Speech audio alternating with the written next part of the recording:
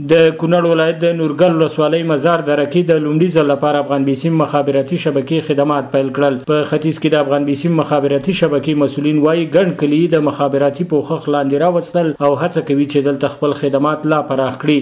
په اول ځل دلته ټلیفوني خدمات فعالېږي. ډېر زیات نفوس دی دلته، ماشاءالله ډېر زیات خلک ترې مستفید دي او انشاءالله کوشش کوو چې په نږدې راتلونکو کې دغه سایټ چې د سټلایټ سره وصل دی د مایکرو لینک سره هم وصل کړو. او شا چې څومره درې دي د دې تقریبا په چار اطراف کې دا ټولې تقریبا د پوښښ لاندې راغلي دي او انشاءالله کوشش کوو چې هغه پاتې برخې د دې درې چې دي هغه هم د پوښښ لاندې راولي.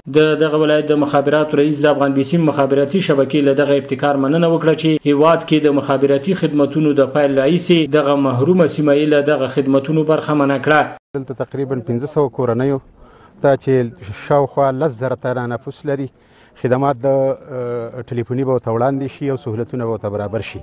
او د افغان بیسیم دغه خدمتونه موږ ستایو او آینده ته خواهش کوو چې نور هم دغسې سایټونه ولګوي. د مزار درې اوسېدونکي خوښي ښایي او د دوی سیمه کې د مخابراتي خدمتونو لا پراخېدل غواړي. دلته موبایل کار نه کوو، نه سیګنال کار کوي، دلته کار نه کوو. دا اولنی ځل چې د افغان بیسیم هم دلته راځي شي دا موږ ډېر خوشاله یو. موږ غواړو 3G شي او 4G شي چې موږ لپاره نور اسانتیا به هم برابر شي او ماشاءالله اوس هم ډېره اسانتیا برابر شوه ځکه دا داسې یوه دره وه چې بالکل برابر شوې وه چې 20 کاله هم لکه دغه چا نو حکومت راځي شو لکه بې برخې وه د هر څه خدمت نه یو مریض به پیدا شو که یو بل مشکل به پیدا شو یو به هیڅ ډېر مشکلات سره ولسونه مخ وو.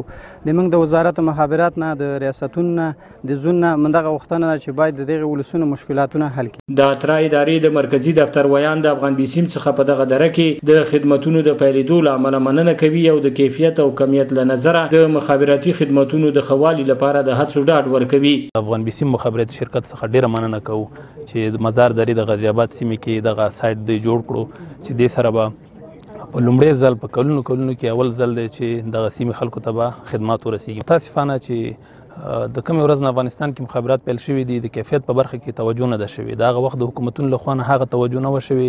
اوس خوشبختانه هغه پروسې پیل شوي دي چې د هغې سره د اترا اداره او مخابرات وزارت کولی شي چې د کیفیت په برخه کې تر ډېر بدلون راوړي. بل خوا بیا د دغه ولسوالۍ امنیتي مسؤلین افغان بیسیم مخابراتي شبکې ته د امنیت د خوندیتوب ډاډ ورکوي او د مخابراتي خدمتونو د لا پراخېدو غوښتنه کوي. مخابراتي شرکتونو د پام د نشتون د وجې نه ډېر مشکلات و دلته. د یو معمولي ټلیفون په خاطر به خلکو 200-400 روپۍ کرایه لګول او یو رابطې ته به وتل. د مخابراتو ټولو شرکتونو ته اطمینان ورکوو انشاءالله د امنیت باره کې خو هېڅ ستونزه نشته دی او نورو ټولو شبکو او شرکتونو باندې غږ کوو چې د ولسونو غږ واوري د مشکلاتو باندې حل کې سره همکاري وکړي. د یادونې وړ ده چې په هیواد کې د سیاسي بدلون راوروسته د سراسري امنیت پر راتګ سره افغان بیسیم نه یوازې دا سیمه بلکې ګڼې نورې هغه سیمې هم تر پوښښ لاندې راوستې چې له کلونو راهیسې د دغه ډول خدمتونو بې برخې وې. سباون ساحل، وحدت نیوز، کونړ.